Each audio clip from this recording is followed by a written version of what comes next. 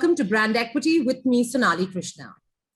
We're living in dark times, and as India battles its biggest humanitarian crisis since partition, the light at the end of this very dark tunnel seems a while away. I'd like to begin this show by first offering our heartfelt condolences to families who have lost their loved ones and strength to those who are battling this wretched virus. This is also a very dark time for the economy at large, as several sectors lie battered and lifeless. The overall investment sector is also adversely impacted. While businesses across all sectors can sense the repercussions, startups have been particularly most vulnerable, and in fact are facing various formidable challenges, both from a business as well as from an operations perspective. Most startups have witnessed a decline in supply and demand, except for those startups that are engaged in the supply and delivery of essential services, educational technology, gaming, or streaming services. I'm joined today by some of India's top VCs to discuss the current state of affairs when we talk of the startup ecosystem, challenges in front and ahead of the sector, and how the sector is striving continuously to adapt to the present situation. Let's welcome on the show Gopal Srinivasan, CMD TVS Capital Funds and board member IVCA, Gagan Goel, partner Indian Quotient, Rehan Yarkhan, managing partner, Orias Ventures Partners, and Abhishek Agarwal, managing partner, Rockstart Capital. Thank you so much, gentlemen, for joining me right here on ET Now. I'll start with you, Mr. Srinivasan. What is the situation, on ground in terms of the harsh realities of the startup ecosystem? No, I think the last 1 year has seen the clear separation of those who are strong and adaptable from those who are not, or those who are more fortunate to be in the right businesses and from those who are not.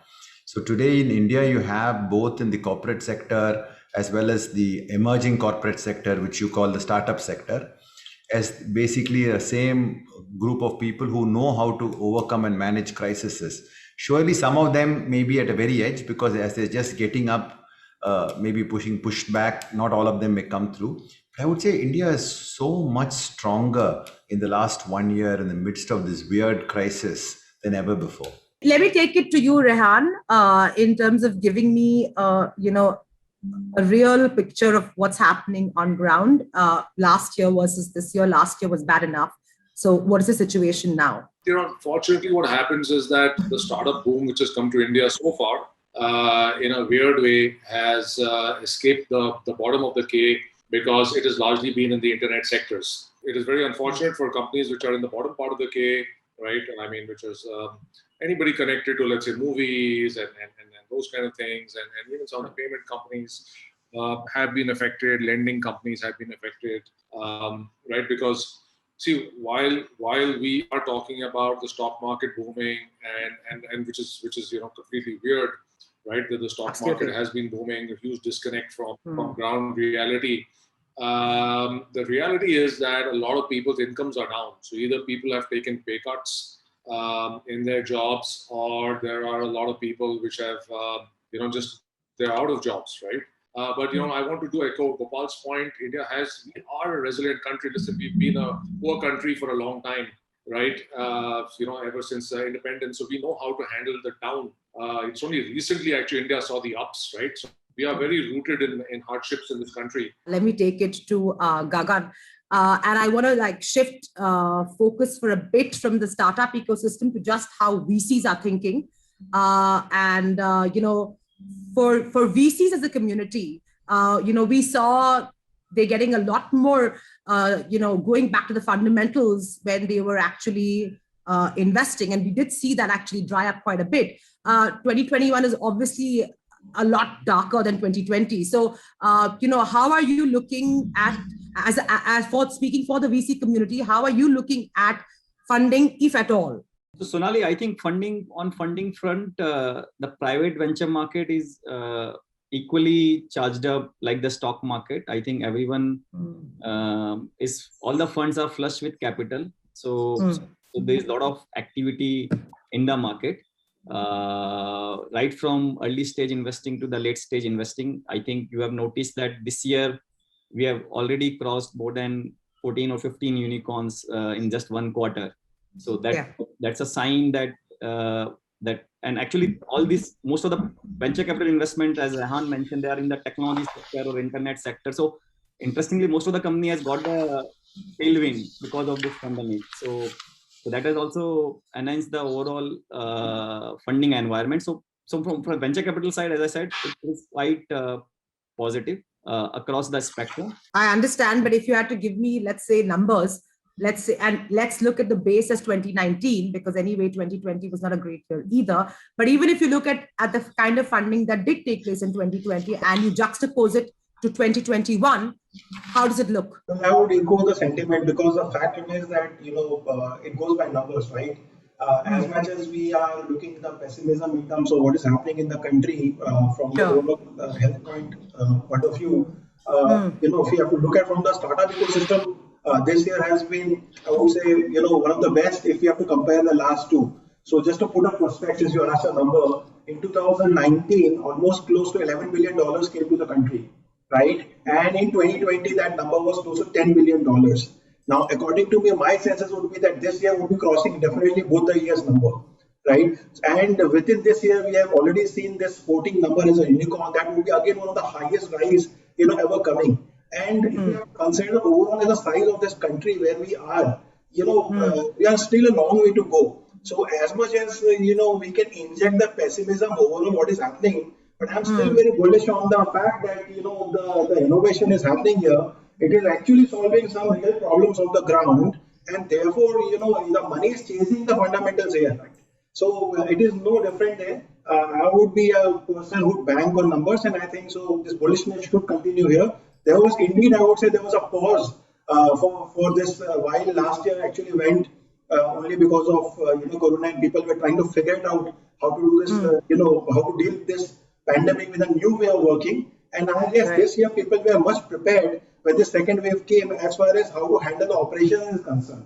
I'm definitely, sorry of whatever is happening, of course, in the country as far as the second wave is concerned. But again, from the business point of view, I guess, the ones which know how to manage the crisis are definitely doing well and attracting capital. Wanted to talk to you about, everybody on this panel has mentioned unicorns, right? And yes, it was a great year because we had, a double-digit unicorns from the Indian ecosystem, startup ecosystem. My fact is, for every unicorn, there are several failures. What are those people who have attempted and had to shut shop because of the situation? What's happening there? Could you give me some sense of what's happening there? Of course, the success stories are always talked about. We as media cover them, but we don't talk about people who have not made the cut, startups that have not made the cut, which is a lot more than the people who we talk about. I think this is a field where basically we are Kshatriya Banyas. We are entering the business with a view, with the spirit of the Kshatriya and the mind of the Banya, in some sense, coming together. I'm not being parochial. I'm just using simple expressions to understand. And therefore, death around us in the battlefield, including us, is part of life. Death is life. Life is death. I think that is the spirit which we should not worry too much. We should worry about the overall capital that went into the startups and whether the ultimate value creation in India at a portfolio level. And Rehan, you're younger, so maybe you won't be as philosophical. Can you talk to me about the ecosystem, which is, and he made a good point that, for the money that has been infused and the value that is created, do you think we are looking attractive to the world? And can you justify that also from just an Indian standpoint? What can't be denied, listen, India is going through a rough patch. The world has been through a rough patch. What cannot be denied is the fundamentals, of the economy, which this is a very large and resilient country, right? We are one of the great nations of the world. We are not a small island nation of a small population, which is very fragile. There are many institutions and there's infrastructure and there has been years of education and years of systems inside this country. And all those are coming together to consistently increase the market in this country.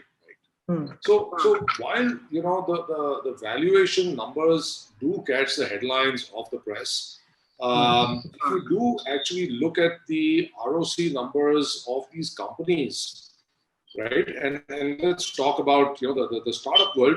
You will see revenues have been rising at a magnificent clip, right? I appreciate losses also rising, and the losses are rising because they've been doing market development and till I don't invest, I don't make this thing. But the top line has been rising magnificently. The virus has completely ravaged the country. Unemployment is definitely going to be at its peak. We're going to see poverty like never before. Even the middle class, which was used to spending and wanted to spend, has become cautious because we don't know when we're going to lose our jobs. We don't know if we're going to have salary cuts. Some of us have already gotten salary cuts. We don't know. So this entire saving mindset which we had previously has obviously come back with a bang just because of the insecurity that surrounds all of us. Given that situation, looking at how just consumers sentiment and psychology and just the way they're behaving, how is that the entire panel sees so much optimism in the spending pattern of India? Don't you think India will now, for at least the next foreseeable future, go back in time, start saving, start protection? We were, of course, starting to spend and living life and getting there, but I think somewhere, don't you think there will be a contra behavior that we'll see? Sonali, I have a different view here, that what we have seen, at least in last 1 year, because of this pandemic and lockdowns and all, in overall people had less avenues to spend money. And because of that, when in the October, when the market opened up, we saw most of our companies, be it consumer brands, selling a cosmetic or a shoe, or maybe you take any other company, like any company which you saw, in fact, B2B companies doing trading and all. I think everywhere we saw a good spike coming up in terms of demand, and like companies crossed their last March peak number, like up to 80 to 90% to maybe 130 to 40%. So I think there was a big jump which we saw. So across the spectrum, we are seeing a lot of action happening. India is still a very, very large unorganized market, right? And therefore, in each segment, there is a huge scope for somebody to come in and grab some share of the organized market. Rehan actually took a name of each of his portfolio company, and there are several names. If you go, the reason why these companies are doing that kind of transaction is only because of taking away the market share from those unorganized names, right? If one has to say that, people like you and me and other severals who still need, basic grocery to have every day, those medicines for our, beloved ones, we are still buying that. There is no cut down there. But from where are we buying? Right? That is a big question. Today, you and me are not allowed to go outside on the street and, stand on a queue and again, look for it. Today, that option is available to you through an app, and you can get everything whatever possible you want to enable yourself. So those things are important to consider. And that's where the organized play is coming into picture. I'm only asking you to forecast realistically what's going to happen, let's say, in the next 5 to 7 years, because of the setback the country has faced, and to not record the kind of impact this is going to have across socio-economic sectors. Of course, the elite will be elite. I'm not discussing them, but and for us to think that we are only being serviced by the e-com players of the world and people are not going to shops right now and buying, I think is being a bit idealistic. Going forward, do you see somewhat a change in the way we consume things? And because of that, do you see a change in broadly the business ecosystem and hence the startup ecosystem? India has never seen so much pain and never seen so much fear. There is fear today. So that fear and pain is throughout the society. Economically, maybe the bottom is not so badly affected. They are on the daily meat, they get their food from the government, they have to farming. So they're not economic. I'm talking about economics. They're not living a great life. So let us start with the basis. They're living a very hand-to-mouth life. So the hand-to-mouth life continues. And that's where the government takes care of that entire group in a very big way. The top, let's not talk about them. The middle is devastated. These are the ones with the job cuts and no bonus and layoffs and so on and so forth. And there is no shortcut to this. You'll have to go through 2-3 years of pain to rebuild it. But I'm just hoping that the kind of people that we have in this country, as entrepreneurs, right? I stay with that word entrepreneurs because that's what they really are. I mean, founder is self-aggrandizement. So fundamentally, those entrepreneurs will actually, in my mind, turn this tragic times into opportunities for the better.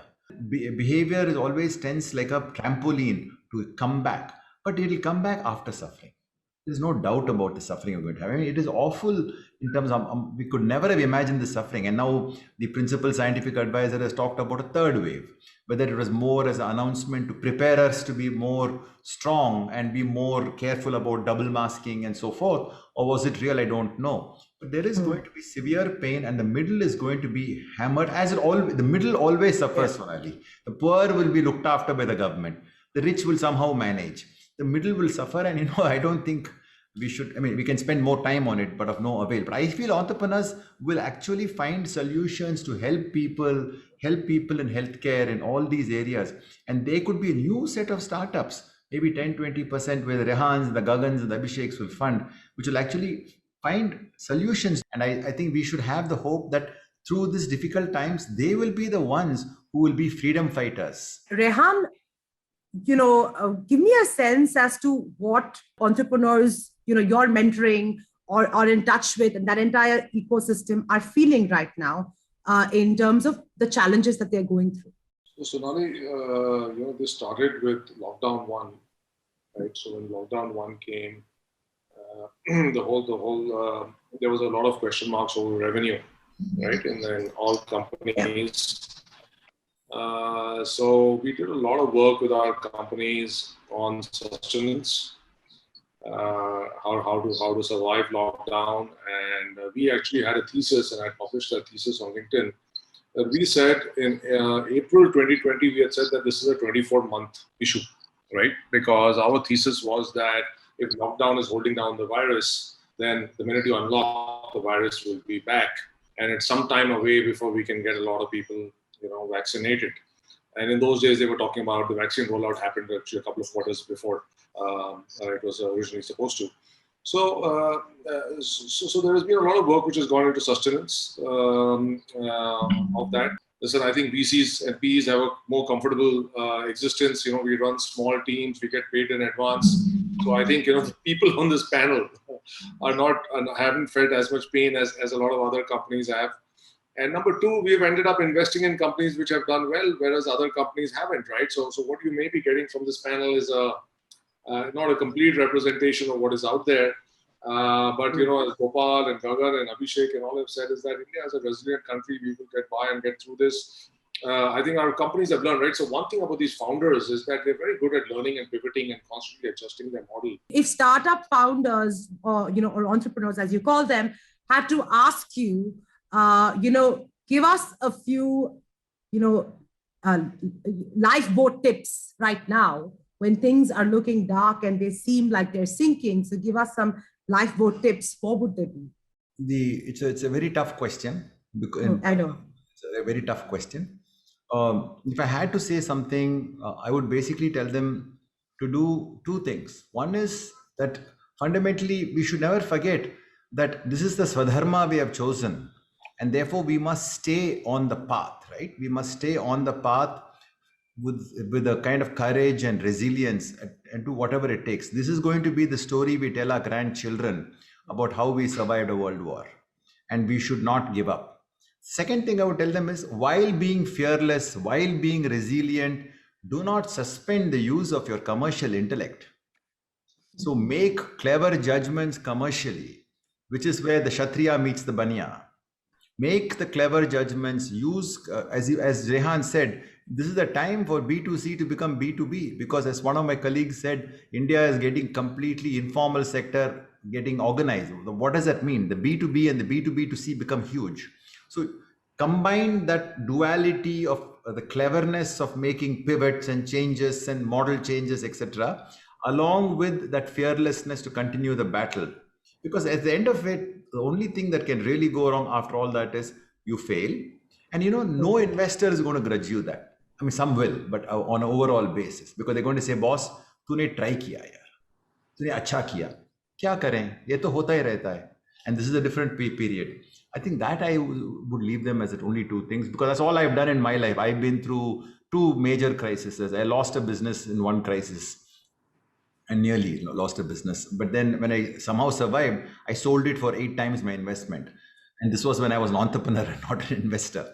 So I think these are the only two things we can do, and have faith that India depends on you. India depends on all the 1.3 billion Indians all the time. So we must also never forget that, because that is a higher cause and a higher calling, which is beyond us. Undoubtedly, I think the startup ecosystem has really performed phenomenally during this crisis. So really, kudos to the sector. But, just to ask you a question, actually to ask this panel a question before I close, I understand what you're saying, that, battle on and strive at it and don't give up. And I get that. But, there is a famous song called The Gambler by Kenny Rogers. And the lines say that, you got to know when you hold them and know when to fold them. Do you think this is a good, probably a good lesson too for startups who have started on their journey but are finding hiccups? So, instead of striving on, do you think they must have a sense of when to hold and when to fold? Just asking. I was on the same point which you were saying. I was entrepreneur for 10 years, and then I became VC from last 3 years. My personal learning, what I've seen about Indian market and opportunities here, I think in India particularly, I can say, because of the cost of living being so low and cost of doing business, you don't need so much of cost as compared to, say, Silicon Valley and other market. I think if you can sustain, if you can live life longer, I've seen a lot of my batchmates from IIT, they were about to quit, but they just continued. And in 3-4 years, things changed completely, and they managed to figure out a right model. And also, I think in India, luckily, because of the cost of living being so low, there's a good chance that in 8-9 years, 10 years, you give to your company, you can make a reasonable return out of your time. So I think go home, which is a valley concept, doesn't work in India, in my view. Yeah, for us, we need to retain in a certain point of time. So we look for the opportunities which can make tons of money in maybe 8-10 years. But for an entrepreneur, I will say, you just be at it. You show the persistence. It may take, may not 5-7 years, maybe 15 years, but in India, you can make a real value of your time. I'm pretty sure. And I've personally witnessed many such stories in my life where not quitting is actually a solution. Don't quit. Abhishek? Dream, determination, and belief. If that is all is there, and still if you believe in your idea, then you should continue. Otherwise, there is no harm in unfolding. I would be having a little contra view here. I would definitely agree that once you take investors' money, there is a fiduciary responsibility. But more than that, it boils down to, as an entrepreneur, that how long can he continue to his journey if all these three together is not making a sense. So, as long as you unfold and return the money, I think that is very important. But whether you are successful or you're going to become successful, I think all is related to the belief on the idea which the guy has actually went to the path. At this point of time, my advice would be, don't be adventurous. You can be opportunistic, but don't need to be adventurous. One can wait, let the pandemic a little bit get over, and probably you can shape your business. But then, nothing to get bogged down and shut down. Only if you have lost that belief, or probably all the other circumstances can be, again, due to the pandemic, one can take that call. But again, I would definitely agree to one point, that in this country, the Tata value money would make sense for you if you stay longer. And if you believe on these three combinations, that is always very difficult when you consider times like this. So yeah. Sure. Rehan? In a game of cards, there's no concept of pivot. So don't fold them, but pivot is what I say. I think this panel, I think after this conversation, I've realized that there's been a lot of amazing inspirational stories of your personal journeys where you've probably failed, but then, come back from the ashes, and that should be a separate conversation, because as it is, quite an inspiration during these times, especially during these tough and trying times. Having said that, thank you so much for your time. Thank you for your candid views. Thank you for your philosophy, Mr. Srinivasan, and hoping all of you stay safe, you and your families, and hoping India gets through these very dark and trying times. Thank you again for your time.